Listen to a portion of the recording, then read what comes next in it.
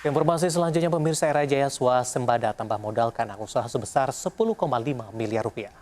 Pernyataan modal ini dilakukan untuk mempertahankan kepentingan Era Jaya di bisnis kemitraan makanan.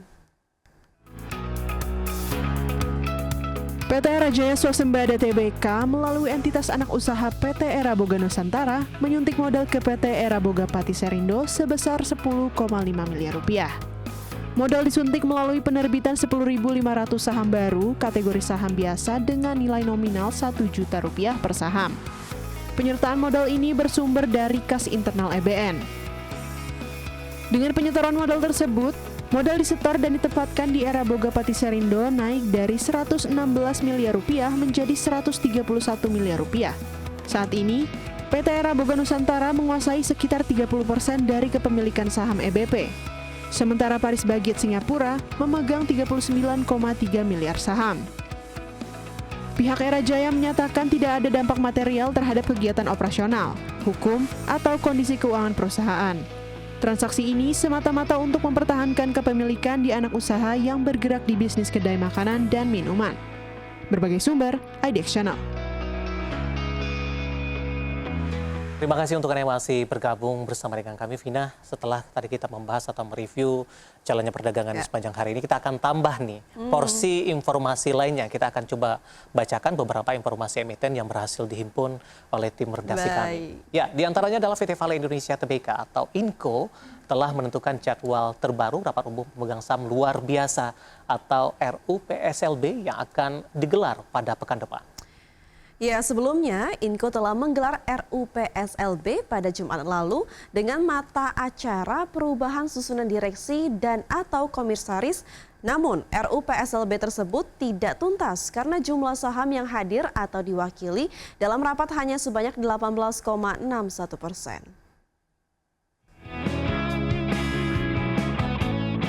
PT Vale Indonesia Tbk atau Inco telah menentukan jadwal terbaru rapat umum pemegang saham luar biasa atau RUPSLB yang akan digelar pada pekan depan.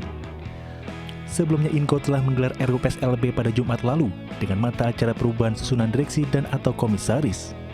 Dalam hal ini RUPSLB tersebut hendak menentukan sosok presiden direktur baru Inco setelah sebelumnya Febiani Edi mundur dari posisi tersebut lantaran ditunjuk sebagai Managing Director BPI Danantara.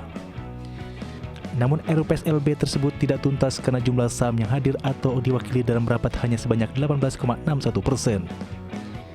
Adapun waktu pelaksanaan RUPSLB kedua Inco yaitu pada Senin 28 Juli 2025. Mata acara RUPSLB ini masih sama seperti rapat sebelumnya, yaitu perubahan susunan direksi dan atau komisaris perusahaan. Mata acara ini diusulkan sehubungan dengan kekosongan jabatan pada posisi Presiden Direktur dan Chief Executive Officer Inco. Berbagai sumber untuk IDX Channel. Informasi emiten selanjutnya pemirsa, di mana PT Lautan Luas Tbk atau LTLS mengumumkan telah menuntaskan pelunasan obligasi berkelanjutan 3 Lautan Luas maksud kami tahap 1 tahun 2020 seri B senilai 105,2 miliar rupiah yang jatuh tempo pada 21 Juli 2025. Pelunasan obligasi ini mencerminkan komitmen kuat perseroan terhadap integritas keuangan serta kepercayaan investor terhadap kinerja perseroan. Obligasi tersebut merupakan bagian dari obligasi berkelanjutan 3 Lautan Luas tahap 1 tahun 2020 dengan total nilai penerbitan sebesar 286,75 miliar rupiah yang terdiri dari 2 seri, yakni seri A senilai 181,55 miliar rupiah dengan tenor 3 tahun dan bunga 10,25% per tahun. Serta seri B senilai 105,2 miliar, tenor 5 tahun, bunga 10,5% per tahun. Obligasi ini telah memperoleh peringkat A dari Pemeringkat Efek Indonesia atau Pevindo yang mencerminkan kapasitas kuat perseroan dalam memenuhi kewajiban jangka panjang. Kinerja keuangan LTLS pada kuartal 1 2025 cukup positif pada top line di tengah tantangan ekonomi global. Pendapatan perseroan tercatat sebesar 2,12 triliun rupiah, tumbuh 10,5% secara tahunan. Tetapi laba bersih tercatat turun 55,36% year on year menjadi 39,07 miliar rupiah. Pendapatan didorong oleh segmen manufaktur dan distribusi, khususnya dari pelanggan di industri kaca dan keramik, pakan ternak, serta personal and home care. Sekitar 90% pendapatan berasal dari pasar domestik, terutama dari pelanggan B2B.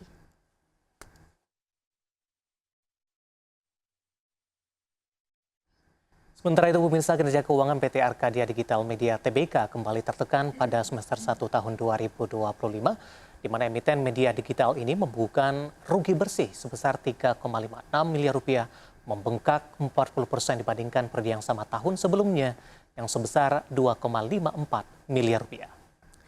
Ya, dari sisi pendapatan bersih perseroan turun signifikan sebesar 30,3% menjadi 15,85 miliar rupiah. Sejalan dengan melemahnya pendapatan, beban pokok pendapatan turun menjadi 8,97 miliar rupiah. Meskipun ada sedikit angin segar dari penghasilan komprehensif lain, namun total kerugian komprehensif tetap tinggi di angka 3,39 miliar rupiah, memburuk dari tahun sebelumnya. Sebagai catatan, emiten berkode saham DIGI ini mengelola beberapa platform media digital, pembuatan konten, dan penyediaan konten untuk penggunaan internal dan eksternal. Perusahaan ini mulai beroperasi secara komersial pada tahun 2014 dengan meluncurkan sebuah portal berita digital sebagai platform media digital pertama milik perseroan.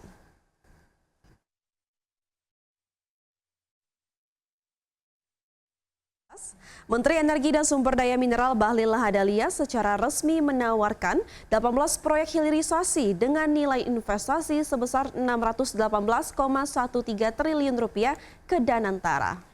Ya, investasi hilirisasi tersebut mulai dari hilirisasi mineral dan batu bara, kemudian hilirisasi pertanian, kelanjutan dan perikanan, kelautan maksud kami dan perikanan, hilirisasi transisi energi hingga hilirisasi ketahanan energi. Menteri Energi dan Sumber Daya Mineral Bahlil Lahadalia secara resmi menyerahkan dokumen prastudi kelayakan proyek prioritas hilirisasi dan ketahanan energi nasional kepada Chief Executive Officer atau CEO Danantara, Rosan Ruslani. Dalam dokumen prastudi tersebut memuat 18 proyek hilirisasi dengan nilai investasi sebesar 618,13 triliun rupiah. Menteri ESDM menegaskan, proyek-proyek hilirisasi tersebut terdiri dari 8 hilirisasi mineral dan batu bara, 3 hilirisasi pertanian, 3 hilirisasi kelautan dan perikanan, 2 hilirisasi transisi energi, dan 2 hilirisasi ketahanan energi. Menteri ESDM Bahlil menegaskan dokumen tersebut sudah melalui berbagai proses kajian yang melibatkan akademisi, pengusaha, dan mitra teknologi, Danantara sendiri sebagai pelaksana utama proyek. Kami sudah ada sekitar 18 proyek yang sudah siap pra-FS-nya, Pak Kepala Danantara, dengan total investasi sebesar 38,63 miliar US dollar atau setara dengan 618,3 triliun rupiah. Ini di luar ekosistem baterai mobil khusus yang kita akan bangun sesuai dengan arahan Bapak Presiden dalam Ratas.